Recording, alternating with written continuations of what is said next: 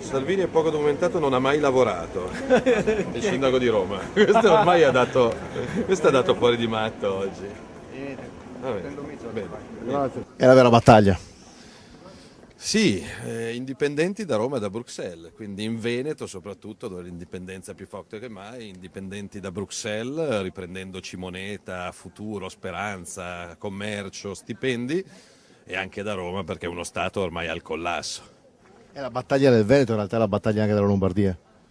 Il Veneto è davanti a tutti, lo dico da segretario della Lega ma da milanese e da lombardo, abbiamo solo da imparare, qua c'è un tessuto sociale, un tessuto economico, una voglia di reagire, di non mollare l'impresa, di lavorare, di far fatica, di far da soli.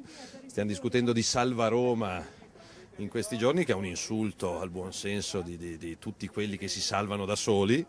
E quindi il Veneto ogni anno manda 21 miliardi di euro allo Stato italiano senza che tornino indietro, quindi in un momento di crisi che si aiuti prima chi lavora di più mi sembra assolutamente utile e di buon senso, e quindi fare 500 gazebo in un solo weekend è una cosa che da anni nessuna forza politica riusciva a fare in Veneto. Ultima cosa, l'Europa dei popoli, delle regioni, è l'Europa che vede la Lega, a cui lavora la Lega.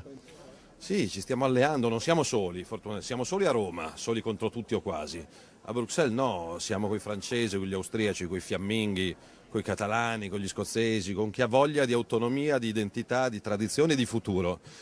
Fuori dall'euro riparte la speranza, i nostri giovani non devono andare in giro per il mondo a lavorare a tempo determinato, ma devono poter stare a Verona, a Vicenza, a Treviso, continuare il lavoro dei padri, dei nonni, senza che Bruxelles ci dica come morire. Ecco, questa è l'Europa che sogno per me, per mio figlio e per tutti i veneti.